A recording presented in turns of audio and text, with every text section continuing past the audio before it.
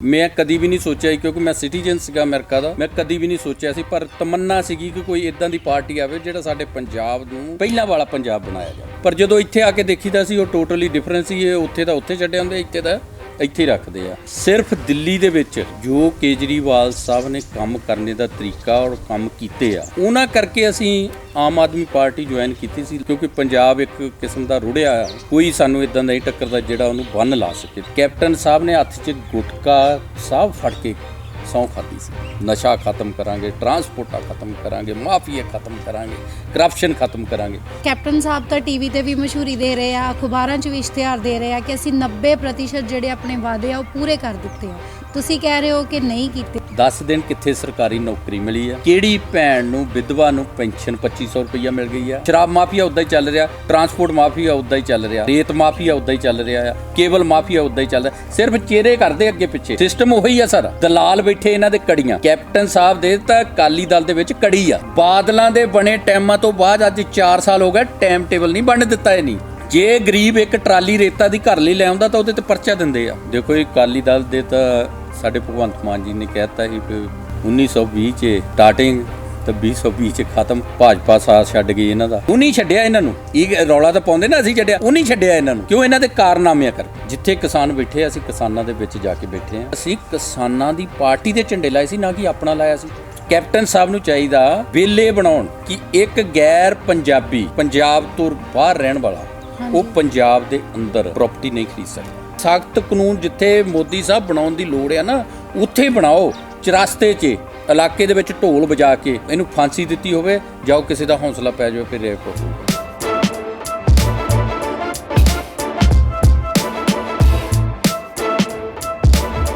ਸਤਿ ਸ੍ਰੀ ਅਕਾਲ ਪਿਆਰੇ ਦਰਸ਼ਕੋ, pride Punjab TV ਦੇਖ ਰਹੇ ਸਾਰੇ ਦਰਸ਼ਕਾਂ ਦਾ ਮੈਂ ਗੁਰਪਿੰਦਰ ਕੌਰ ਬਹੁਤ-ਬਹੁਤ ਸਵਾਗਤ ਕਰਦੀ ਹਾਂ। ਪ੍ਰਾਈਡ ਪੰਜਾਬ ਟੀਵੀ ਗੱਲ ਕਰੇਗਾ ਤੁਹਾਡੇ ਜਜ਼ਬਾਤਾਂ ਦੀ, ਗੱਲ ਕਰੇਗਾ ਹਰ ਮੁੱਦੇ ਦੀ। ਆਪਣੇ ਇਸ ਵਾਅਦੇ ਨੂੰ ਪੂਰੇ ਕਰਦਿਆਂ ਹੋਇਆਂ ਅਸੀਂ ਅੱਜ ਲੈ ਕੇ ਆਏ ਹਾਂ ਆਪਣਾ ਅੱਜ ਦਾ ਪ੍ਰੋਗਰਾਮ। ਦਰਸ਼ਕੋ, ਜਿਵੇਂ ਕਿ ਤੁਹਾਨੂੰ ਪਤਾ ਹੈ, ਪੰਜਾਬ ਵਿੱਚ ਆਜ਼ਾਦੀ ਤੋਂ ਬਾਅਦ ਤੋਂ ਹੀ ਸਿਰਫ 2 ਹੀ ਪਾਰਟੀਆਂ ਦਾ ਬੋਲਬਾਲਾ ਰਿਹਾ ਹੈ। ਇੱਕ ਸੀ ਸ਼੍ਰੋਮਣੀ ਅਕਾਲੀ ਦਲ ਤੇ ਦੂਸਰੀ ਕਾਂਗਰਸ ਪਾਰਟੀ। ਕਿਸੇ ਤੀਸਰੀ ਧਿਰ ਨੇ ਇੱਥੇ ਜ਼ਿਆਦਾ ਸਫਲਤਾ ਹਾਸਲ ਨਹੀਂ ਕੀਤੀ, ਪਰ ਪਿਛਲੇ ਕੁਝ ਸਾਲਾਂ ਦੇ ਵਿੱਚ ਇੱਕ ਪਾਰਟੀ ਨੇ ਆਪਣੀ ਖਾਸ ਜਗ੍ਹਾ ਬਣਾਈ ਹੈ। 2017 ਦੀਆਂ ਵਿਧਾਨ ਸਭਾ ਚੋਣਾਂ ਵੀ ਲੜੀਆਂ ਤੇ ਬਹੁਤ ਵਧੀਆ ਤਰੀਕੇ ਨਾਲ ਆਪਣੇ ਪੈਰ ਜਮਾਏ, ਪਰ ਫਿਰ ਵੀ ਉਹ ਸਫਲ ਨਹੀਂ ਹੋ ਸਕੇ। ਇਹਨਾਂ ਸਾਰੇ ਸਵਾਲਾਂ ਦੇ ਜਵਾਬ ਅੱਜ ਅਸੀਂ ਲਵਾਂਗੇ। ਕੀ ਹੈ ਉਸ ਪਾਰਟੀ ਦੀ ਵਿਚਾਰਧਾਰਾ, ਕਿਹੜੀ ਪਾਰਟੀ ਹੈ ਉਹ, ਤੇ ਦਿੱਲੀ ਵਿੱਚ ਉਹ ਆਪਣੀ ਕਾਮਯਾਬੀ ਨਾਲ ਸਰਕਾਰ ਕਿਵੇਂ ਚਲਾ ਰਹੀ ਹੈ।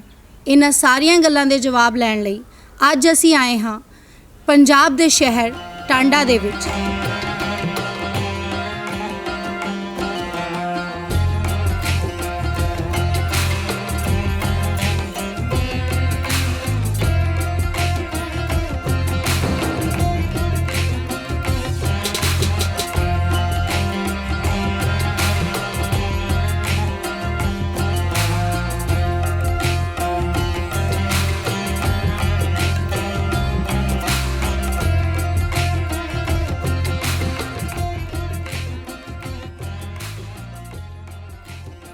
ਖਾਸ ਮੁਲਾਕਾਤ ਕਰਾਂਗੇ ਆਮ ਆਦਮੀ ਪਾਰਟੀ ਦੇ ਬਹੁਤ ਹੀ ਹੋਣਹਾਰ ਨੁਮਾਇੰਦੇ ਦੇ ਨਾਲ, ਜੋ ਕਿ ਉੜਮੁੜ ਟਾਂਡਾ ਦੇ ਵਿੱਚ ਹਨ, ਸਰਦਾਰ ਜਸਵੀਰ ਸਿੰਘ ਰਾਜਾ ਜੀ।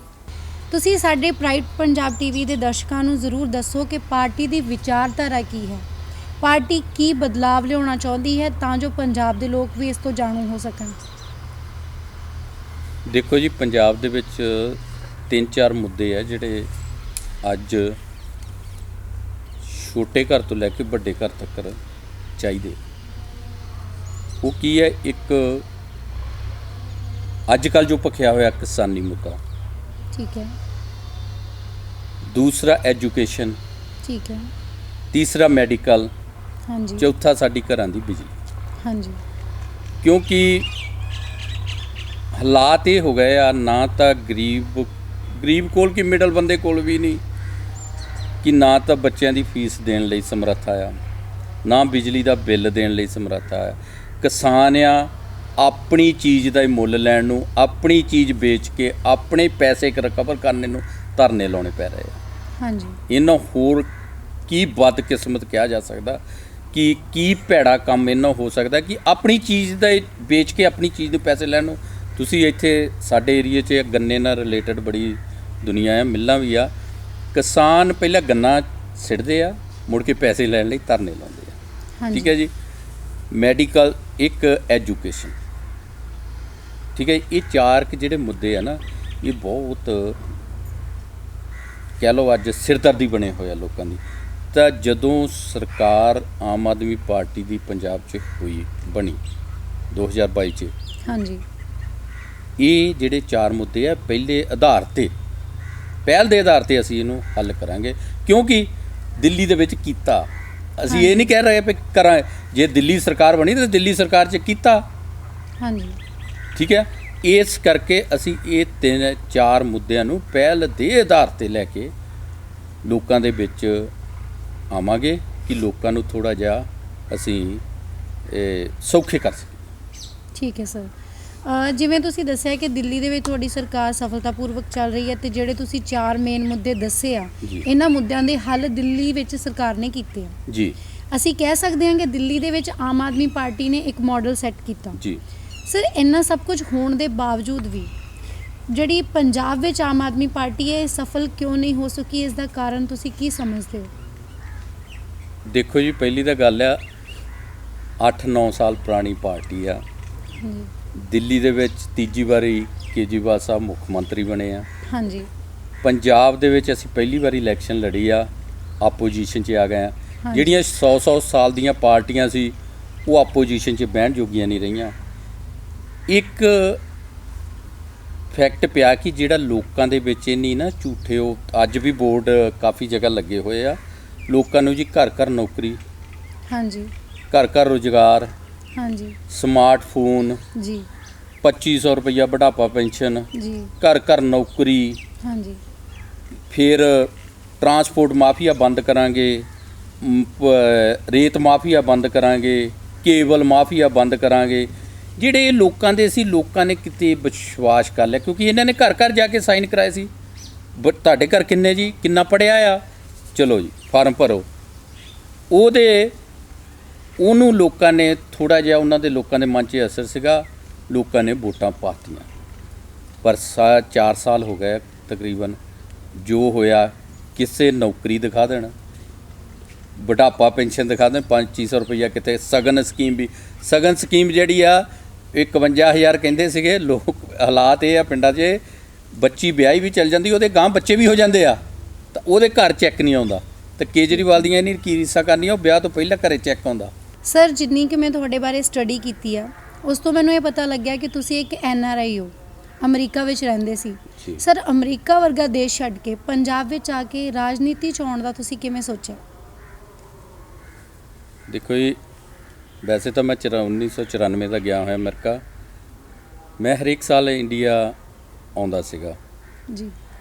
ਸਾਡੇ ਇੱਕ ਸੈਮੀਨਾਰ ਲੱਗਾ ਸੀ ਸੈਨੋਜੇ ਦੇ ਵਿੱਚ ਸਿੱਖਿਆ ਦੇ ਉੱਪਰ। ਅੱਛਾ ਜੀ। ਮੈਂ ਵੀ ਉੱਥੇ ਗਿਆ ਸੀ, ਤਾਂ ਸਰਦਾਰ ਚਰਨਜੀਤ ਅਟਵਾਲ ਸਿੰਘ ਜੀ ਗਏ ਸੀਗੇ, ਔਰ ਉੱਥੇ ਸਿੱਖਿਆ ਦੇ ਲੈਵਲ 'ਤੇ ਬਹੁਤ ਲੋਕਾਂ ਨੇ ਸੁਝਾਅ ਦਿੱਤੇ ਸੀਗੇ। ਠੀਕ ਹੈ ਜੀ। ਔਰ ਮੇਰੇ ਮਨ 'ਚ ਵੀ ਆਇਆ, ਨਿਚੋੜ ਇਹ ਨਿਕਲਿਆ ਕਿ ਉਹਨੇ ਇਹ ਕਿਹਾ ਸੀ ਕਿ ਤੁਸੀਂ ਜਾ ਕੇ ਆਪਣੇ ਪਿੰਡ ਸਾਂਭੋ। ਠੀਕ ਹੈ ਜੀ।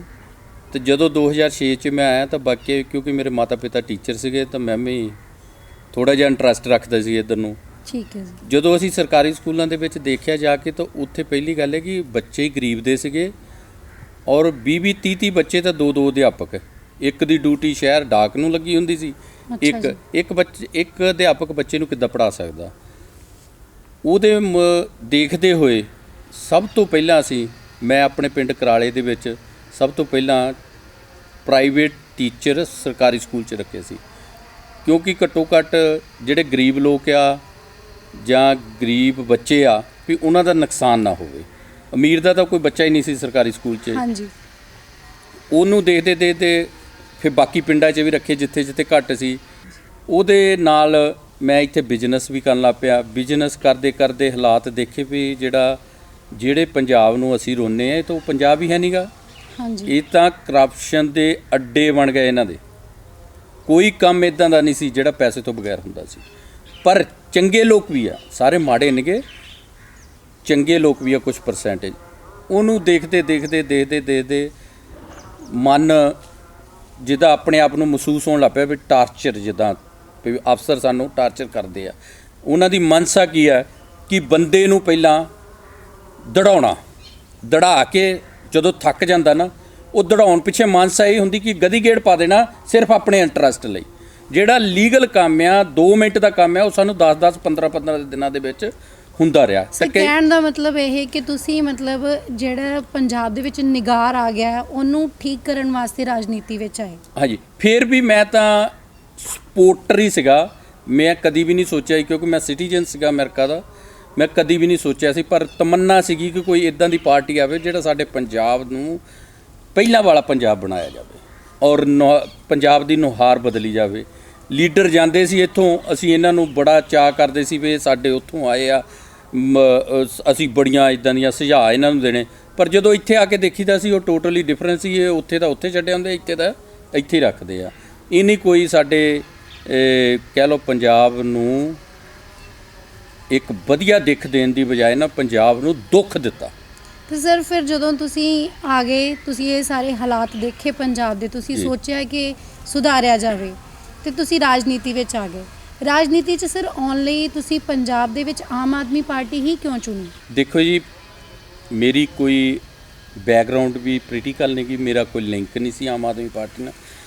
ਸਿਰਫ ਦਿੱਲੀ ਦੇ ਵਿੱਚ ਜੋ ਕੇਜਰੀਵਾਲ ਸਾਹਿਬ ਨੇ ਕੰਮ ਕਰਨੇ ਦਾ ਤਰੀਕਾ ਔਰ ਕੰਮ ਕੀਤੇ ਆ, ਜਾਂ ਉਹਨਾਂ ਦੀ ਸੋਚ ਨੂੰ, ਉਹਨਾਂ ਕਰਕੇ ਅਸੀਂ ਆਮ ਆਦਮੀ ਪਾਰਟੀ ਜੁਆਇਨ ਕੀਤੀ ਸੀ। ਲਾਈਫ 'ਚ ਮੈਂ ਤਾਂ ਕਦੀ ਪਹਿਲਾਂ ਕੋਈ ਪਾਰਟੀ ਨਹੀਂ ਜੁਆਇਨ ਕੀਤੀ ਸੀਗਾ। ਇਹ ਚੰਗਾ ਉਹਦੀ ਸਪੋਰਟ ਕਰਦਾ, ਉਹ ਚੰਗਾ ਉਹਦੀ ਸਪੋਰਟ ਕਰਦਾ, ਇੰਨੀ ਕੁ ਤਮੰਨਾ ਹੁੰਦੀ ਸੀਗੀ। ਪਰ ਜਦੋਂ ਕੇਜਰੀਵਾਲ ਸਾਹਿਬ ਦੇ ਕੰਮ ਦੇਖੇ, ਉਹਨਾਂ ਦਾ ਮਿਲਣੇ ਨੂੰ ਵੀ ਮੌਕਾ ਮਿਲਿਆ, ਤਾਂ ਅੰਦਰੋਂ ਇੱਕ ਆਸ ਜਿਹੀ ਜਾਗੀ ਪਈ ਇਹ ਪਾਰਟੀ ਪੰਜਾਬ ਦੇ ਵਿੱਚ ਸਾਨੂੰ ਇੱਕ ਵਧੀਆ ਪੰਜਾਬ ਬਣਾਉਣ 'ਚ ਸਹਾਇਤਾ ਕਰੇਗੀ। ਕਿਉਂਕਿ ਪੰਜਾਬ ਇੱਕ ਕਿਸਮ ਦਾ ਰੁੜਿਆ ਆ, ਹਾਂਜੀ, ਕੋਈ ਸਾਨੂੰ ਇਦਾਂ ਦਾ ਹੀ ਟੱਕਰਦਾ ਜਿਹੜਾ ਉਹਨੂੰ ਬੰਨ੍ਹ ਲਾ ਸਕੇ। ਤਾਂ ਸਾਨੂੰ ਸਿਰਫ ਆਸ ਉੱਥੋਂ ਕਿਰਨ ਹੋਈ ਸੀ, ਤਾਂ ਕਰਕੇ ਅਸੀਂ ਪੋਲੀਟੀਕਲ ਪਾਰਟੀ ਜੁਆਇਨ ਕੀਤੀ ਸੀ। ਫਿਰ ਮੇਰੀ ਕੋਈ ਆਪਣੀ ਖੁਆਇਸ਼ ਨਹੀਂ ਸੀਗੀ ਕਿ ਮੈਂ ਇਲੈਕਸ਼ਨ ਲੜਾਂ ਜਾਂ ਕਿੱਦਾਂ। ਅਸੀਂ ਕਈ ਲੋਕਾਂ ਦੇ ਜਾ ਕੇ ਵਧੀਆ ਚਿਹਰੇ ਨੂੰ ਵੀ ਪੁੱਛਿਆ, ਲੋਕ ਡਰ ਗਏ। ਲੋਕ ਪੋਲੀਟੀਕਲ ਲਾਈਨ ਨੂੰ ਜਿੱਦਾਂ ਸਟਿਲ ਸੋਚਦੇ ਕਿ ਪੋਲੀਟਿਕਸ ਇਜ਼ ਡਰਟੀ, ਤਾਂ ਉਹ ਲੋਕ ਚੰਗੇ ਲੋਕ ਅੱਗੇ ਨਹੀਂ ਆ ਰਹੇ। ਦਿੱਲੀ ਦੇ ਵਿੱਚ ਕਿਉਂ ਕੰਮ ਹੋ ਰਿਹਾ ਕਿ ਉੱਥੇ ਸਾਰੇ ਹੀ ਜਿੰਨੇ ਵੀ ਆ ਤਕਰੀਬਨ ਐਜੂਕੇਟਡ ਆ। ਕੁਛ ਜਿਹੜੇ ਵਿਧਾਇਕ ਉਹਨਾਂ ਨੂੰ ਪਰਸਨਲੀ ਵੀ ਮੈਂ ਜਾਣਦਾ, ਅਮਰੀਕਾ ਦੀ ਯੂਨੀਵਰਸਿਟੀ ਦੇ, ਸੈਂਟਾ ਕਲੇਰਾ ਯੂਨੀਵਰਸਿਟੀ ਦੇ, ਸਟੈਂਸਲਾਸ ਯੂਨੀਵਰਸਿਟੀ ਦੇ, ਗੱਲ ਕਿ ਟੌਪ ਯੂਨੀਵਰਸਿਟੀਆਂ ਦੇ ਪੜ੍ਹੇ ਹੋਏ ਆ। ਇੱਕ ਸਾਡੇ ਐਤਕੀ ਨਵਾਂ ਹੀ ਚਿਹਰਾ ਸੀਗਾ ਵਿਧਾਇਕ ਬਣੇ ਆ, ਉਹ ਇੰਗਲੈਂਡ ਯੂਨੀਵਰਸਿਟੀ ਦੇ ਪੜ੍ਹੇ ਹੋਏ ਆ। ਕਈ ਸਾਡੇ ਉੱਥੇ ਜਿਹੜੇ ਸੰਗਠਨ ਦੇ ਵਿੱਚ ਵੀ ਆ, IAS ਦੀਆਂ ਕੋਈ ਤਿਆਰੀਆਂ ਕਰਦਾ ਸੀ, ਕੋਈ ਕੁਛ ਕਰਦਾ ਸੀ। ਗੱਲ ਕਿ ਸਾਰੇ ਪੜ੍ਹੇ ਲਿਖੇ ਐਜੂਕੇਟਡ ਹੋਣ ਲਈ ਉੱਥੇ ਜਿਹੜੀ ਅੱਜ ਅਮਰੀਕਾ ਕੈਨੇਡਾ ਪਾਰਲੀਮੈਂਟ 'ਚ ਦਿੱਲੀ ਦੀਆਂ ਗੱਲਾਂ ਕਰਦਾ, ਮੁਹੱਲਾ ਕਲੀਨਿਕ ਦੀਆਂ ਗੱਲਾਂ ਕਰਦਾ, ਸਕੂਲਾਂ ਦੀਆਂ ਗੱਲਾਂ ਕਰਦਾ, ਉਹ ਤਦੇ ਹੀ ਕਰਦਾ। ਉਹ ਇਹਨਾਂ ਦੀ ਸੋਚ ਨੂੰ ਆ। ਨਹੀਂ ਤਾਂ ਹਮੇਸ਼ਾ ਤਾਂ ਪੰਜਾਬ ਵਾਲੇ ਤਾਂ ਫੋਲੋ ਅਮਰੀਕਾ ਕੈਨੇਡਾ ਨੂੰ ਕਰਦੇ ਆ, ਉੱਥੇ ਦੇ ਜੀ ਉੱਥੇ ਐਂ ਸੀ, ਉੱਥੇ ਹੀ। ਪਹਿਲੀ ਵਾਰੀ ਜ਼ਿੰਦਗੀ 'ਚ ਹੋਇਆ ਕਿ ਦਿੱਲੀ ਮਾਡਲ ਨੂੰ ਅਮਰੀਕਾ ਦੀ ਅਸੈਂਬਲੀ 'ਚ ਤਾਂ ਕੈਨੇਡਾ ਦੀ ਅਸੈਂਬਲੀ ਦੇ ਵਿੱਚ ਕਿਹਾ ਗਿਆ ਵੀ ਕੇਜਰੀਵਾਲ ਨੂੰ ਫੋਲੋ ਕਰਕੇ ਉਹਦੀ ਜਿਹੜੀ ਮੁਹੱਲਾ ਕਲੀਨਿਕ ਜਾਂ ਸਕੂਲ ਦੇ ਜੋ ਵੀ ਹੈਗੇ ਆ ਡਿਸਿਪਲਿਨ ਜਾਂ ਕੋਈ ਪਾਲਿਸੀਆਂ, ਉਹਨੂੰ ਇੱਥੇ ਲਾਗੂ ਕੀਤਾ ਜਾਵੇ। ਠੀਕ ਹੈ, ਤੁਹਾਡੇ ਕਹਿਣ ਦਾ ਭਾਵ ਇਹ ਕਿ ਆਮ ਆਦਮੀ ਪਾਰਟੀ ਵਿੱਚ ਸਾਰੇ ਜਿੰਨੇ ਵੀ ਉਹਨਾਂ ਦੇ ਵਿਧਾਇਕ ਨੇ ਜਾਂ ਮੈਂਬਰ ਨੇ, ਉਹ ਸਾਰੇ ਬਹੁਤ ਐਜੂਕੇਟਡ ਨੇ, ਤੇ ਉਹਨਾਂ ਦੀ ਐਜੂਕੇਸ਼ਨ ਵਾਲੀ ਸੋਚ ਨੂੰ ਦੇਖਦੇ ਹੋਏ ਤੁਸੀਂ ਇਹ ਪਾਰਟੀ ਅਪਣਾਈ। ਹਾਂ, ਨਾਲ ਉਹਨਾਂ ਦੇ ਐਜੂਕੇਸ਼ਨ ਵੀ ਆ ਔਰ ਉਹਨਾਂ ਦੀ ਨੀਅਤ ਵੀ ਸਾਫ਼ ਆ। ਕੈਪਟਨ ਸਾਹਿਬ ਨੇ ਹੱਥ 'ਚ ਗੁਟਕਾ ਸਾਹਿਬ ਫੜ ਕੇ ਸਹੁੰ ਖਾਧੀ ਸੀ, ਨਸ਼ਾ ਖਤਮ ਕਰਾਂਗੇ, ਟਰਾਂਸਪੋਰਟਾਂ ਖਤਮ ਕਰਾਂਗੇ, ਮਾਫੀਆ ਖਤਮ ਕਰਾਂਗੇ, ਕਰਪਸ਼ਨ ਖਤਮ ਕਰਾਂਗੇ। ਕਹਿੰਦਾ ਮਤਲਬ ਹੋਇਆ ਕੁਝ ਨਹੀਂ, ਵੱਧ ਤੇ ਇੱਕ ਵੀ ਪੂਰਾ ਨਹੀਂ। ਅਖਬਾਰਾਂ ਦੇ ਵਿੱਚ ਤੁਸੀਂ ਵੀ ਦੇਖਦੇ, ਅਸੀਂ ਵੀ ਦੇਖਦੇ। ਪਰ ਸਰ ਇੱਕ ਮਿੰਟ ਮੈਂ ਤੁਹਾਨੂੰ ਇੱਥੇ ਟੋਕਣਾ ਚਾਹੂੰਗੀ। ਜਿਵੇਂ ਕੈਪਟਨ ਸਾਹਿਬ ਤਾਂ ਟੀਵੀ ਤੇ ਵੀ ਮਸ਼ਹੂਰੀ ਦੇ ਰਹੇ ਆ, ਅਖਬਾਰਾਂ 'ਚ ਵੀ ਇਸ਼ਤਿਹਾਰ ਦੇ ਰਹੇ ਆ ਕਿ ਅਸੀਂ 90% ਜਿਹੜੇ ਆਪਣੇ ਵਾਅਦੇ ਆ ਉਹ ਪੂਰੇ ਕਰ ਦਿੱਤੇ ਆ। ਤੁਸੀਂ ਕਹਿ ਰਹੇ ਹੋ ਕਿ ਨਹੀਂ ਕੀਤੇ, ਤੁਸੀਂ ਜ਼ਰਾ ਇਹਨਾਂ 'ਤੇ ਚਾਨਣਾ ਪਾਓਗੇ? ਬਿਲਕੁਲ ਜੀ, 90% ਉਹ ਨਹੀਂ ਕਰਤੇ ਆ। ਇੱਕ ਪਿੰਡ 'ਚ ਚਲ ਜਾਓ, ਕੈਮਰਾ ਆਪਣਾ ਲੈ ਕੇ ਟੀਮ ਨੂੰ, ਠੀਕ ਹੈ ਜੀ। 10 ਦਿਨ ਕਿੱਥੇ ਸਰਕਾਰੀ ਨੌਕਰੀ ਮਿਲੀ ਆ, ਠੀਕ ਹੈ। ਕਿਹੜੀ ਭੈਣ ਨੂੰ ਵਿਧਵਾ ਨੂੰ ਪੈਨਸ਼ਨ 2500 ਰੁਪਈਆ ਮਿਲ ਗਈ ਆ, ਠੀਕ ਹੈ। ਕਿਹਨਾਂ ਨੂੰ ਸਮਾਰਟਫੋਨ ਇੱਥੇ ਦੇਤੇ ਆ, ਹਾਂਜੀ। ਕੀ ਇਹ ਨਹੀਂ ਕਰਤਾ? ਕਿਹੜਾ ਸ਼ਰਾਬ ਮਾਫੀਆ ਉੱਦਾਂ ਹੀ ਚੱਲ ਰਿਹਾ, ਟਰਾਂਸਪੋਰਟ ਮਾਫੀਆ ਉੱਦਾਂ ਹੀ ਚੱਲ ਰਿਹਾ, ਠੀਕ ਹੈ ਜੀ। ਰੇਤ ਮਾਫੀਆ ਉੱਦਾਂ ਹੀ ਚੱਲ ਰਿਹਾ ਆ, ਕੇਬਲ ਮਾਫੀਆ ਉੱਦਾਂ ਹੀ ਚੱਲ ਰਿਹਾ। ਸਿਰਫ ਚਿਹਰੇ ਕਰਦੇ ਅੱਗੇ ਪਿੱਛੇ, ਸਿਸਟਮ ਉਹੀ ਆ ਸਾਰਾ। ਦਲਾਲ ਬੈਠੇ ਇਹਨਾਂ ਦੇ ਕੜੀਆਂ। ਕੈਪਟਨ ਸਾਹਿਬ ਦੇ ਤਾਂ ਅਕਾਲੀ ਦਲ ਦੇ ਵਿੱਚ ਕੜੀ ਆ, ਠੀਕ। ਉਹ ਕੜੀਆਂ ਕੰਮ ਕਰ ਰਹੀਆਂ। ਇਸ ਕਰਕੇ ਅੱਜ ਤੱਕ ਤੁਸੀਂ ਦੇਖੋ, ਸੁਪਰੀਮ ਕੋਰਟ ਦੇ, ਹਾਈ ਕੋਰਟ ਦੇ ਡਬਲ ਬੈਂਚਾਂ ਦੇ ਸੂਰਿਆਕਾਂਤ ਦਾ ਆਰਡਰ ਆ, ਅੱਜ ਤੱਕ ਲਾਗੂ ਨਹੀਂ ਕੀਤਾ। ਕਿਉਂ ਨਹੀਂ ਕੀਤਾ? ਕੀ ਨੀਅਤ ਆ? 7 ਕੰਡੈਮਟਾਂ ਕੀਤੀਆਂ ਹੋਈਆਂ ਲੋਕਾਂ ਨੇ ਵੀ ਇਹ ਲਾਗੂ ਕੀਤਾ ਜਾਵੇ। ਉਹ ਸਿਰਫ ਇਸ ਕਰਕੇ ਨਹੀਂ ਹੋ ਰਿਹਾ ਕਿ ਉਹ ਵੱਡੇ ਘਰਾਣੇ ਨੂੰ, ਜਿਨ੍ਹਾਂ ਨਾਲ ਇਹਨਾਂ ਦੀ ਅੰਗਣੀ ਸੰਘਣੀ ਆ, ਉਹਦਾ ਨੁਕਸਾਨ ਹੋ ਰਿਹਾ, ਇਸ ਕਰਕੇ ਉਹ ਅੱਜ ਤੱਕ ਲਾਗੂ ਨਹੀਂ। ਸਾਡੇ, ਮੈਂ ਟਰਾਂਸਪੋਰਟ ਰਿਲੇਟਡ ਆ, ਬਾਦਲਾਂ ਦੇ ਬਣੇ ਟਾਈਮਾਂ ਤੋਂ ਬਾਅਦ ਅੱਜ 4 ਸਾਲ ਹੋ ਗਏ, ਟਾਈਮ ਟੇਬਲ ਨਹੀਂ ਬਣ ਦਿੱਤਾ ਇਹ ਨਹੀਂ। ਔਰ ਬਾਦਲਾਂ ਦੇ ਸਮੇਂ ਦਾ ਰਿਕਾਰਡ ਕਢਾ ਲਓ, 5 ਸਾਲਾਂ 'ਚ 500 ਵਾਰੀ ਟਾਈਮ ਟੇਬਲ ਬਣਾਇਆ ਹੋਣਾ ਉਹਨੇ। ਇੱਥੇ ਸਵਾਰੀ ਨਹੀਂ, ਇੱਥੇ ਬੱਸ ਪਾ ਦੋ। ਉਹ ਕੈਪਟਨ ਸਾਹਿਬ ਨੂੰ ਪਤਾ ਵੀ ਹੈ, ਇਹ ਨਹੀਂ ਕਿ ਨਹੀਂ ਪਤਾ ਵੀ ਆ, ਇਹ ਸਟੇਜਾਂ 'ਤੇ ਬੋਲਦੇ ਵੀ ਰਹੇ ਆ। ਅੱਜ ਰੇਤ ਮਾਫੀਆ ਦੇ ਉਹੋ ਹੀ ਆ ਚਿਹਰੇ, ਕੁੱਲ ਮਿਲਾ ਕੇ ਦੇਖ ਲਓ। ਠੀਕ ਹੈ। MLA ਆ, ਟਰਾਲੀਆਂ, ਜੇ ਗਰੀਬ ਇੱਕ ਟਰਾਲੀ ਰੇਤਾ ਦੀ ਘਰ ਲਈ ਲੈ ਆਉਂਦਾ ਤਾਂ ਉਹਦੇ ਤੇ ਪਰਚਾ ਦਿੰਦੇ ਆ। ਰਾਤ ਨੂੰ ਇੰਨੇ ਟਿੱਪਰ ਨਜਾਇਜ਼ ਚੱਲਦੇ ਆ, ਇੰਨੀ ਜਿੰਨੀ ਦੇਖੋ, ਜਦੋਂ ਕੋਈ ਵੀ ਖੱਡ ਦੀ ਬੋਲੀ ਹੁੰਦੀ ਆ, ਉਹਦਾ ਏਰੀਆ ਹੁੰਦਾ, ਉਹਦੀ ਡੰਗਾਈ ਦਾ ਏਰੀਆ ਹੁੰਦਾ, ਉਹ ਤਾਂ ਐਨ ਚਖੜੇ ਕੀਤੇ ਗਏ। ਇਹਨਾਂ ਨੇ ਕਾਨੂੰਨ ਤਾਂ ਸਾਰੇ ਪਾੜ ਕੇ ਲੀਰਾਂ ਕਰਤੇ। ਨਹੀਂ ਕਾਨੂੰਨ ਆਉਂਦੀ ਤਾਂ ਕਿਤਾਬ ਹੀ ਨਹੀਂ ਪੰਜਾਬ ਦੇ ਵਿੱਚ। ਸਰ, ਇਸ ਹਿਸਾਬ ਨਾਲ ਮਤਲਬ ਤੁਸੀਂ ਕੀ ਸੋਚਦੇ ਹੋ ਕਿ ਤੁਹਾਡੀ ਜਿਹੜੀ ਆਪੋਜੀਸ਼ਨ ਵਿੱਚ ਪਾਰਟੀ ਆ, ਉਹ ਸਟਰੋਂਗੈਸਟ ਪਾਰਟੀ ਕਿਹੜੀ ਆ, ਕਾਂਗਰਸ ਜਾਂ ਫਿਰ ਸ਼੍ਰੋਮਣੀ ਅਕਾਲੀ ਦਲ? ਦੇਖੋ ਜੀ, ਅਕਾਲੀ ਦਲ ਦੇ ਤਾਂ ਸਾਡੇ ਭਗਵੰਤ ਮਾਨ ਜੀ ਨੇ ਕਹਿ ਦਿੱਤਾ ਸੀ ਕਿ 1920 'ਚ ਸਟਾਰਟਿੰਗ ਤਾਂ 2020 'ਚ ਖਤਮ, ਤਾਂ ਉਹ ਤੁਹਾਨੂੰ ਦਿਸਦਾ ਹੀ ਆ, ਅੱਜ ਖਤਮ ਹੋ ਚੁੱਕੀ ਆ। ਭਾਜਪਾ ਸਾਥ ਛੱਡ ਗਈ ਇਹਨਾਂ ਦਾ, ਉਹ ਨਹੀਂ ਛੱਡਿਆ ਇਹਨਾਂ ਨੂੰ। ਇਹ ਰੌਲਾ ਤਾਂ ਪਾਉਂਦੇ ਨਾ ਅਸੀਂ ਛੱਡਿਆ, ਉਹ ਨਹੀਂ ਛੱਡਿਆ ਇਹਨਾਂ ਨੂੰ। ਕਿਉਂ? ਇਹਨਾਂ ਦੇ ਕਾਰਨਾਮਿਆਂ ਕਰਕੇ। ਠੀਕ। ਕਾਂਗਰਸ ਆ, ਕਾਂਗਰਸ ਦੀ ਕੀ ਆਪੋਜੀਸ਼ਨ ਆ ਜੀ? ਪਿੰਡਾਂ 'ਚ ਚਲ ਜਾਓ, ਕਿਤੇ ਚਲ ਜਾਓ, ਸਿਰਫ ਇਹ ਅਖਬਾਰਾਂ ਦੇ ਤਾਂ ਟੀਵੀਆਂ ਦੇ ਐਡਵਰਟਾਈਜ਼ਰ ਹੀ ਆ, ਗਰਾਊਂਡ ਲੈਵਲ ਤੇ ਕੁਛ ਨਹੀਂਗਾ। ਤੁਸੀਂ ਆਪ ਵੀ ਆਪਣੀ ਟੀਮ ਦੇ ਨਾਲ ਜਾ ਕੇ ਦੇਖ ਲਿਓ। ਕੇਂਦਰ ਸਰਕਾਰ ਨੇ ਜਿਹੜੇ ਖੇਤੀ ਬਿੱਲ ਪਾਸ ਕੀਤੇ ਆ, ਉਹਦੇ ਵਿੱਚ ਸਾਰੇ ਪੰਜਾਬ ਵਿੱਚ ਰੋਸ ਪ੍ਰਦਰਸ਼ਨ ਹੋ ਰਹੇ ਆ ਜੀ, ਤੇ ਸਾਰੀਆਂ ਪਾਰਟੀਆਂ ਵੀ ਆਪਣੇ ਵੱਲੋਂ ਉਸ 'ਤੇ ਭਾਸ਼ਣਬਾਜ਼ੀ ਕਰ ਰਹੀਆਂ। ਆਪਾਂ ਭਾਸ਼ਣਬਾਜ਼ੀ ਹੀ ਕਹਿ ਸਕਦੇ ਹਾਂ, ਕਿਉਂਕਿ ਕਿਸਾਨ ਜਿਹੜੇ ਬੈਠੇ ਹੋਏ ਨੇ ਧਰਨੇ 'ਤੇ, ਉਹਨਾਂ ਦੇ ਕੋਲ ਤਾਂ ਕੋਈ ਪਾਰਟੀ ਵੀ ਨਹੀਂ ਗਈ, ਸਾਰੇ ਆਪਣੇ ਰੋਡ ਸ਼ੋਅ ਕਰੀ ਜਾ ਰਹੇ ਆ ਟਰੈਕਟਰਾਂ ਦੇ ਉੱਤੇ। ਤੇ ਤੁਹਾਡੀ ਪਾਰਟੀ ਦਾ ਉਸ ਮਸਲੇ 'ਚ ਕੀ ਸਟੈਂਡ? ਦੇਖੋ ਜੀ, ਆਮ ਆਦਮੀ ਪਾਰਟੀ ਦਾ ਬਿਲਕੁਲ ਕਲੀਅਰ ਸਟੈਂਡ ਆ। ਅਸੀਂ ਕੋਈ ਵੱਖਰਾ ਅੱਜ ਤੱਕ ਰੈਲੀ ਨਹੀਂ ਕੀਤੀ। ਜਿੱਥੇ ਕਿਸਾਨ ਬੈਠੇ, ਅਸੀਂ ਕਿਸਾਨਾਂ ਦੇ ਵਿੱਚ ਜਾ ਕੇ ਬੈਠੇ ਹਾਂ। 25 ਤਰੀਕ ਨੂੰ ਜਦੋਂ ਕਿਸਾਨਾਂ ਨੇ ਪਹਿਲਾਂ ਦਿੱਤਾ ਸੀ, ਲਾਇਆ ਸੀ ਮੋਰਚਾ, ਹਾਂਜੀ, ਅਸੀਂ ਆਮ ਆਦਮੀ ਪਾਰਟੀ ਸਾਰੇ ਵਲੰਟੀਅਰ, ਜਿਹੜਾ ਸਾਂਝਾ ਮੋਰਚਾ ਸੀ ਕਿਸਾਨਾਂ ਦਾ, ਉੱਥੇ ਜਾ ਕੇ ਬੈਠੇ ਸੀ। ਕੋਈ ਲੀਡਰ ਪੁਣਾ ਨਹੀਂ ਸੀ, ਕੋਈ ਕੁਛ ਨਹੀਂ। ਐਜ਼ ਏ ਕਿਸਾਨ ਜਾ ਕੇ ਸਾਰੇ ਬੈਠੇ, ਕਿਉਂਕਿ ਕਿਸਾਨ ਨਾਲ ਰਿਲੇਟਡ ਆ ਸਾਰੇ। ਮੈਂ ਵੀ ਕਿਸਾਨ ਆ ਦਾ ਪੋਤਿਆਂ, ਠੀਕ ਹੈ ਜੀ। ਸਗੋਂ ਤੇ ਸਾਡੇ ਹਲਕੇ ਦੀ ਗੱਲ ਕਰ ਲਈਏ ਅਸੀਂ, ਟਾਂਡੇ ਦੇ ਵਿੱਚ ਅਕਾਲੀ ਦਲ ਨੇ ਉਸ ਦਿਨ ਜੁਦਾ ਲਾਇਆ ਸੀ ਪੰਡਾਲ। ਗੜ੍ਹਦੀ ਵਾਲੇ ਦੇ ਵਿੱਚ ਕਾਂਗਰਸ ਨੇ ਜੁਦਾ ਲਾਇਆ ਸੀ। ਅਸੀਂ ਆਮ ਆਦਮੀ ਪਾਰਟੀ ਇਹ ਕਿਹਾ, ਜਿਹੜੀ ਹਰੇਕ ਟਾਈਮ ਸਟੇਜਾਂ ਤੋਂ ਵੀ ਕਹਿ ਹਟੀ ਆ, ਔਰ ਭਗਵੰਤ ਮਾਨ ਜੀ ਜਿਹੜੇ ਸਾਡੇ ਪ੍ਰਧਾਨ ਨੇ ਪੰਜਾਬ ਦੇ, ਉਹਨੇ ਸਪਸ਼ਟ ਵਰਕਰਾਂ ਨੂੰ ਕਿਹਾ ਕਿ ਤੁਸੀਂ ਜਿੱਥੇ ਸਾਂਝਾ ਮੋਰਚਾ, ਸਾਂਝੇ ਕਿਸਾਨਾਂ ਦਾ ਕੋਈ ਪ੍ਰੋਗਰਾਮ ਆ, ਜਾ ਕੇ ਉੱਥੇ ਬੈਠਣਾ, ਕੋਈ ਸਾਈਨ ਨਹੀਂ, ਕੋਈ ਕੁਛ ਨਹੀਂ। ਅਸੀਂ ਇੱਥੇ ਗ੍ਰਾਮ ਸਭਾ ਪ੍ਰੈਸ ਕੀਤੀ ਸੀਗੀ, ਆਪਣੇ ਛੋਟੀ ਜਿਹੀ ਸਭਾ, ਗ੍ਰਾਮ ਸਭਾ, ਉਹਦੇ ਵਿੱਚ ਅਸੀਂ ਕਿਸਾਨਾਂ ਦੀ ਪਾਰਟੀ ਦੇ ਝੰਡੇ ਲਾਏ ਸੀ, ਨਾ ਕਿ ਆਪਣਾ ਲਾਇਆ ਸੀ। ਠੀਕ ਹੈ। ਕਾਲੇ ਬਿੱਲੇ ਵੱਲ ਕੇ ਵਿਰੋਧ ਕੀਤਾ ਸੀ ਬਿੱਲਾਂ ਦਾ। ਠੀਕ ਹੈ। ਆਮ ਆਦਮੀ ਪਾਰਟੀ ਦਾ ਕਲੀਅਰ ਸਟੈਂਡ ਹੈ। ਠੀਕ ਹੈ। ਵੀ ਅਸੀਂ ਇਸ ਬਿੱਲਾਂ ਦਾ ਵਿਰੋਧ ਕਰਦੇ ਹਾਂ, ਔਰ ਅਸੀਂ ਇੱਕ ਇੰਡੀਆ ਦੇ ਵਿੱਚ ਇੱਕ ਸਟੇਟ ਹੈ ਦਿੱਲੀ, ਜਿੱਥੇ ਆਪਾਂ ਉਹ ਸਵਾਮੀਨਾਥਨ ਰਿਪੋਰਟ ਲਾਗੂ ਹੋਈ। ਠੀਕ ਹੈ ਜੀ। ਠੀਕ ਹੈ। ਇਸ ਕਰਕੇ ਆਮ ਆਦਮੀ ਪਾਰਟੀ ਦਾ ਬਿਲਕੁਲ ਸਾਡੇ ਪ੍ਰੈਜ਼ੀਡੈਂਟ ਸਾਹਿਬ ਦਾ, ਕੇਜਰੀਵਾਲ ਸਾਹਿਬ ਦਾ, ਦੇਖੋ ਅਸੀਂ ਦਿੱਲੀ ਜਾ ਕੇ ਵੀ ਸਰ ਪ੍ਰਦਰਸ਼ਨ ਸਾਰੇ ਕੀਤਾ। ਪਾਸੇ ਪੰਜਾਬ ਦੇ ਵਿੱਚ ਰੋਸ ਪ੍ਰਦਰਸ਼ਨ ਹੋ ਰਹੇ ਸੀਗੇ ਜੀ। ਜਦੋਂ ਆਰਡੀਨੈਂਸ ਸੰਸਦ ਦੇ ਵਿੱਚ ਆਈ, ਜੀ ਪੂਰੇ ਰੋਸ ਦੇ ਬਾਵਜੂਦ, ਪੂਰੇ ਵਿਰੋਧ ਦੇ ਬਾਵਜੂਦ ਵੀ ਇਹ ਬਿੱਲ ਬਣ ਗਏ। ਜੀ ਹੁਣ ਇਹ ਪੱਕੇ ਕਾਨੂੰਨ ਬਣ ਚੁੱਕੇ ਹਨ ਤੇ ਕੇਂਦਰ ਸਰਕਾਰ ਇਹਨੂੰ ਵਾਪਸੀ ਲਈ ਤਿਆਰ ਨਹੀਂ। ਸਰ ਅਜਿਹੇ ਵਿੱਚ ਜਿਵੇਂ ਕੈਪਟਨ ਸਾਹਿਬ ਨੇ ਕਾਨੂੰਨ ਪਾਸ ਕੀਤਾ ਜੀ, ਜਿਹੜਾ ਐਮਐਸਪੀ ਤੇ ਨਹੀਂ ਖਰੀਦੇਗਾ ਫਸਲ ਨੂੰ, ਅਸੀਂ ਉਸ ਨੂੰ ਕੈਦ ਕਰਾਂਗੇ, ਜਾਂ ਜੋ ਵੀ ਉਹਨਾਂ ਨੇ ਕਾਨੂੰਨ ਬਣਾਤਾ ਇਸ ਰਿਗਾਰਡਿੰਗ, ਤੁਸੀਂ ਇਸ ਕਾਨੂੰਨ ਤੋਂ ਸੰਤੁਸ਼ਟ ਹੋ? ਦੇਖੋ ਜੀ, ਇਹ ਵੀ ਇੱਕ ਪਾਰਟ ਆ, ਠੀਕ ਆ, ਬਣਨਾ ਚਾਹੀਦਾ ਸੀ, ਪਰ ਜਿਹੜੀ ਅਸਲੀ ਚੀਜ਼ ਸੀ ਨਾ ਉਹ ਨਹੀਂ ਕਰ ਰਿਹਾ। ਅੱਜ ਕਾਨੂੰਨ ਬਣਾਤਾ, ਮੱਕੀ ਤਾਂ ਫਿਰ 1870 ਰੁਪਏ ਵਾਲੀ 1000 ਨੂੰ ਵਿਕੀ ਜਾਂਦੀ ਆ। ਕਿੰਨੇ ਕੁ ਤੇ ਪੰਜਾਬ 'ਚ ਇਹ ਨਹੀਂ ਪਰਚੇ ਕਰਤੇ, ਕਿੰਨੇ ਕੁ ਅੰਦਰ ਦੇਤੇ ਆ। ਕੈਪਟਨ ਸਾਹਿਬ ਨੂੰ ਚਾਹੀਦਾ ਬਿੱਲ ਇਹ ਬਣਾਉਣ ਕਿ ਇੱਕ ਗੈਰ ਪੰਜਾਬੀ, ਪੰਜਾਬ ਤੋਂ ਬਾਹਰ ਰਹਿਣ ਵਾਲਾ, ਉਹ ਪੰਜਾਬ ਦੇ ਅੰਦਰ ਪ੍ਰਾਪਰਟੀ ਨਹੀਂ ਖਰੀਦ ਸਕਦਾ। ਜੇ ਅਸੀਂ ਹਿਮਾਚਲ ਦੇ ਵਿੱਚ ਜਾ ਕੇ ਨਹੀਂ ਖਰੀਦ ਸਕਦੇ, ਹਾਂਜੀ। ਉਹ ਦੂਸਰਾ, ਜਿਹੜੀ ਐਮਐਸਪੀ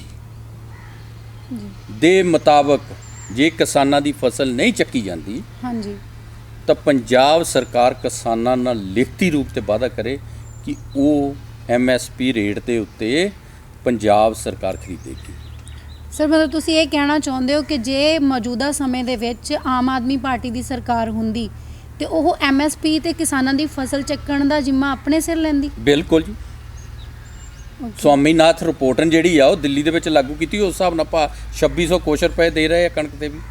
ਤੇ ਸਰ ਜਿਹੜੇ ਬਾਕੀ ਦੇ 2 ਬਿੱਲ ਨੇ ਉਹਨਾਂ ਦਾ ਵੀ ਵਿਰੋਧ ਹੋ ਰਿਹਾ, ਜਿਵੇਂ ਕੰਟਰੈਕਟ ਬੇਸ ਤੇ ਖੇਤੀ ਆ, ਜਾਂ ਉਹਨਾਂ ਬਾਰੇ ਫਿਰ ਤੁਹਾਡੀ ਪਾਰਟੀ ਦਾ ਕੀ ਉਹ ਸਟੈਂਡ ਦੇਖੋ ਜੀ, ਹੁੰਦਾ? ਉਹ ਮੈਂ ਕਲੀਅਰ ਪਹਿਲਾਂ ਹੀ ਕਰਤਾ ਕਿ ਜਿਹੜੇ ਗੈਰ ਪੰਜਾਬੀ ਉਹ ਪੰਜਾਬ ਦੇ ਵਿੱਚ ਪ੍ਰਾਪਰਟੀ ਨਹੀਂ ਖਰੀਦ ਸਕਦੇ। ਉਹਦੇ ਨਾਲ ਕੀ ਆ, ਜਿੱਦਾਂ ਅੰਬਾਨੀ ਡਾਨੀ ਆ ਰਿਹਾ ਆ, ਜ਼ਮੀਨਾਂ ਖਰੀਦ ਕੇ ਤੁਸੀਂ 2014 'ਚ ਇੱਕ 15 ਦੇ ਵਿੱਚ ਉਹਨੇ ਗੋਦਾਮ ਬਣਾਇਆ ਸੀ ਉੱਥੇ ਮੋਗੇ। ਸਾਨੂੰ ਤਾਂ ਇੱਥੇ 10 ਰੁਪਏ ਘੱਟ ਹੁਣ ਸਟਾਮ ਨਹੀਂ ਮਿਲਦਾ, ਉਹਨਾਂ ਨੂੰ ਟੋਟਲ ਹੀ ਸੁਖਬੀਰ ਜੀ ਨੇ ਜਿਹੜੀ ਐਕਸਾਈਜ਼ ਡਿਊਟੀ ਉਹ ਖਤਮ ਕਰਤੀ ਸੀ, ਜ਼ੀਰੋ। ਇਨੀ ਅਕਾਲੀ ਦਲ ਨੇ ਉਹਨਾਂ ਦੇ ਪੈਰ ਲਗਾਏ। ਠੀਕ ਹੈ ਜੀ, ਠੀਕ ਹੈ ਜੀ। ਅੱਜ ਬਹੁਤ ਕਰ ਰਹੇ ਆ ਅਕਾਲੀ ਦਲ ਨੇ, ਔਰ ਇਹ ਜਦੋਂ ਬਣ ਰਹੇ ਸੀਗੇ, ਤੁਸੀਂ ਸੁਣਿਆ ਦੇਖਿਆ ਵੀ ਆ, ਟੀਵੀਆਂ ਤੇ ਵੀ ਆ ਰਿਹਾ। ਪਹਿਲਾਂ ਮਨਪ੍ਰੀਤ ਬਾਦਲ ਜੀ, ਪਹਿਲਾਂ ਪੰਨੂ ਜੀ ਗਏ ਜਿਹੜੇ ਸਾਡੇ ਸੀਗੇ IAS, ਹਾਂਜੀ, ਉਹਨੇ ਆ ਕੇ ਕੈਪਟਨ ਸਾਹਿਬ ਨੂੰ ਸਾਰੀ ਕਹਾਣੀ ਦੱਸੀ ਵੀ ਇਹ ਬਹੁਤ ਖਤਰਨਾਕ ਬਿੱਲ ਆ। ਉਸ ਤੋਂ ਬਾਅਦ ਫਿਰ ਮਨਪ੍ਰੀਤ ਜੀ ਗਏ, ਉਸ ਤੋਂ ਬਾਅਦ CM ਦੀਆਂ 6-7 ਜਿਹੜੇ CM ਸੀਗੇ ਉਹਨਾਂ ਦੀ ਮੀਟਿੰਗ ਵੀ ਹੋਈ। ਇਹਨੇ ਉਦੋਂ ਕਿਉਂ ਨਹੀਂ ਰੌਲਾ ਪਾਇਆ?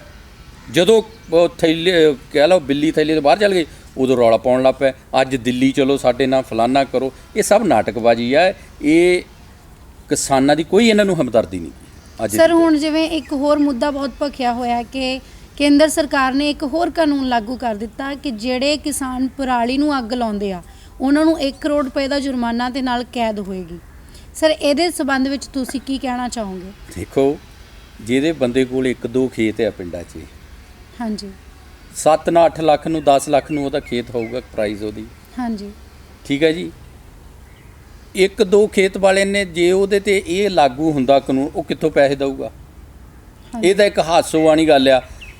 ਸਾਡੇ ਇੰਡੀਆ ਦੇ ਵਿੱਚ ਜਿੱਥੇ ਕਾਨੂੰਨ ਚਾਹੀਦੇ ਆ ਉੱਥੇ ਬਣਾ ਨਹੀਂ ਰਹੇ। ਅੱਜ ਸਾਡੀਆਂ ਬੱਚੀਆਂ ਦੇ ਰੇਪ ਹੋ ਰਹੇ ਆ, ਉੱਥੇ ਕੀ ਕਾਨੂੰਨ ਆ? ਪੈਸੇ ਦੇ ਕੇ ਸੈਟਿੰਗ ਕਰਕੇ ਜਾਂ ਗਰੀਬ ਬੰਦੇ ਨੂੰ ਬਿਠਾ ਦਿੱਤਾ ਜਾਂਦਾ ਆ, ਜਾਂ ਉਹਦੇ ਤੇ ਦਬਾਅ ਪਾਇਆ ਜਾ ਸਕਦਾ। ਤੁਸੀਂ ਯੂਪੀ 'ਚ ਹਾਲਾਤ ਦੇਖੋ ਨਾ, ਸਾਡੇ ਟਾਂਡੇ ਉੜਮੁੜ 'ਚ ਪਿੰਡ ਜਲਾਲਪੁਰ ਦੇ ਵਿੱਚ ਹੋਇਆ। ਹਾਂਜੀ, ਕਿਉਂਕਿ ਇਹ ਸਖਤ ਕਾਨੂੰਨ ਜਿੱਥੇ ਮੋਦੀ ਸਾਹਿਬ ਬਣਾਉਣ ਦੀ ਲੋੜ ਆ ਨਾ, ਉੱਥੇ ਬਣਾਓ।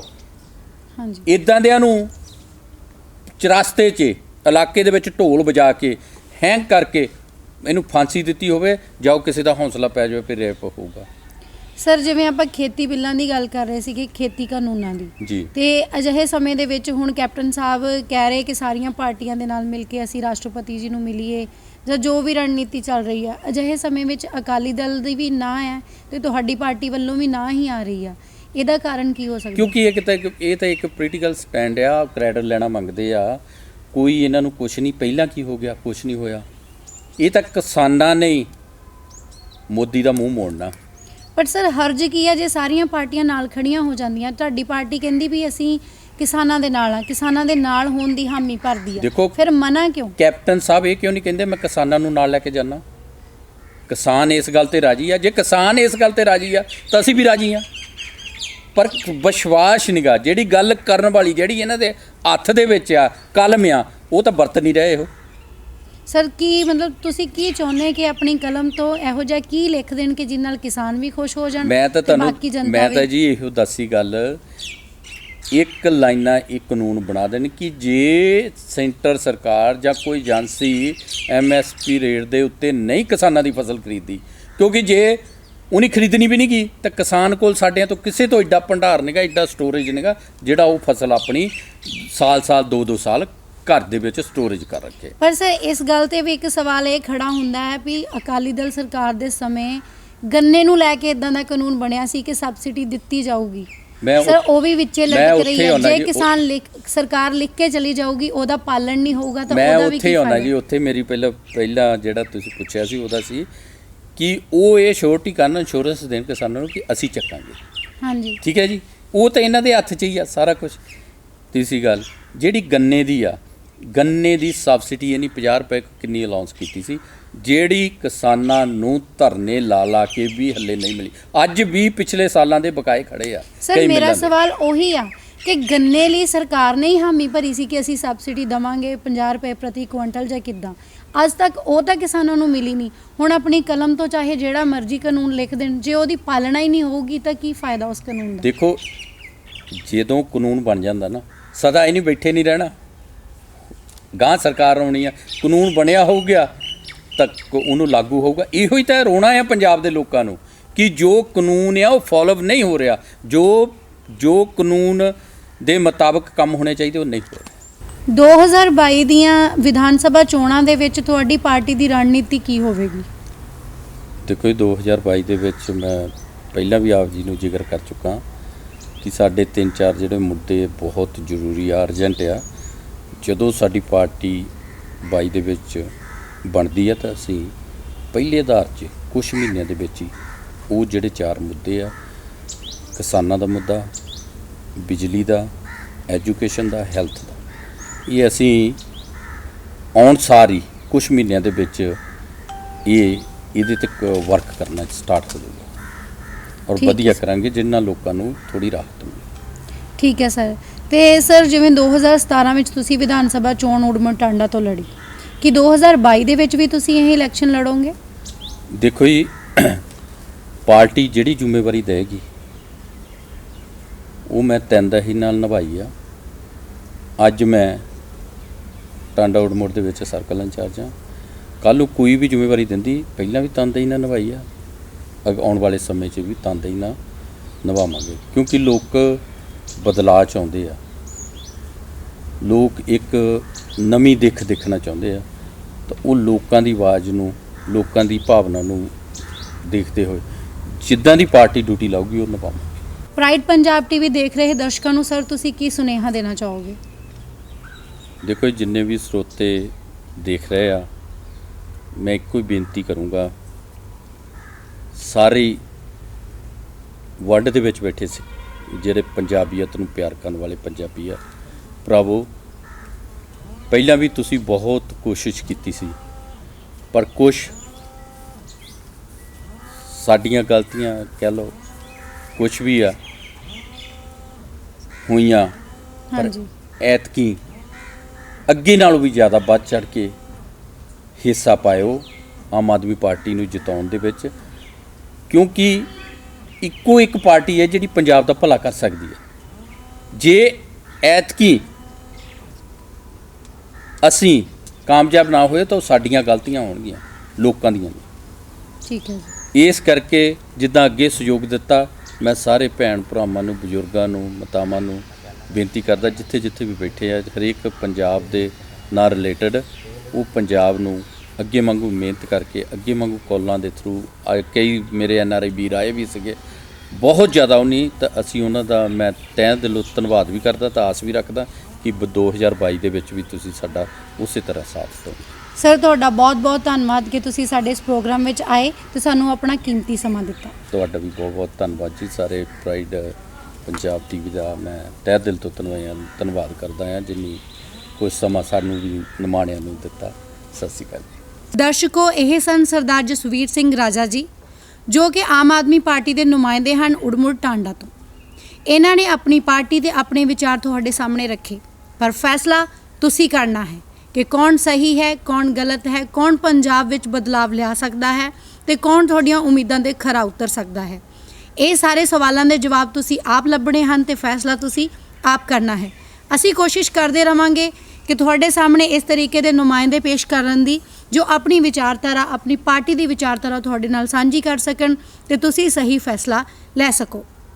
ਮੈਂ ਗੁਰਪਿੰਦਰ ਕੌਰ ਤੁਹਾਡਾ ਸਭ ਦਾ ਬਹੁਤ-ਬਹੁਤ ਧੰਨਵਾਦ ਕਰਦੀ ਹਾਂ ਕਿ ਤੁਸੀਂ ਸਾਡਾ ਇਹ ਸ਼ੋਅ ਦੇਖਿਆ। ਪ੍ਰਾਈਡ ਪੰਜਾਬ ਟੀਵੀ ਆਪ ਸਭ ਦਾ ਬਹੁਤ-ਬਹੁਤ ਧੰਨਵਾਦ ਕਰਦਾ ਹੈ। ਧੰਨਵਾਦ। प्राइड पंजाब टीवी सब्सक्राइब करना ना भूलना।